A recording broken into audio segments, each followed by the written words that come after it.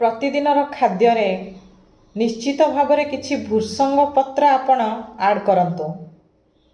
किछि नहले डाली आम प्रतिदिन डाली खाऊे, डाली को छुंक कर सारिबा परे सेथिरे किछि भृषंग पत्र पकाई नियंतु। देखिबे डालीर स्वाद मध्य बढ़ी जिवो एवं यह मध्य आम देह पई खूब भल।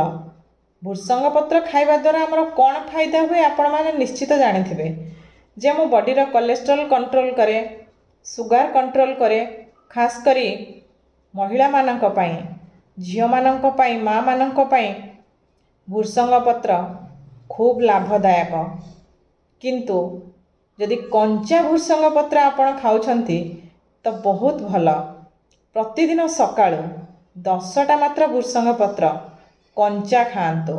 किंतु केमिति खाइबे, जेमिति आपण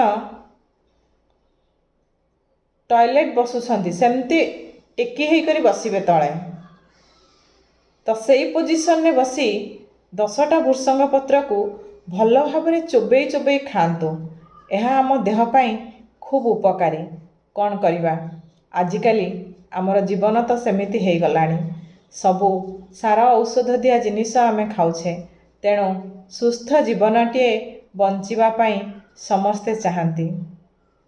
तेणु अभ्यास करी प्रतिदिन 10टी लेखाए भृषंग पत्र निश्चित भाव में खाआंतु।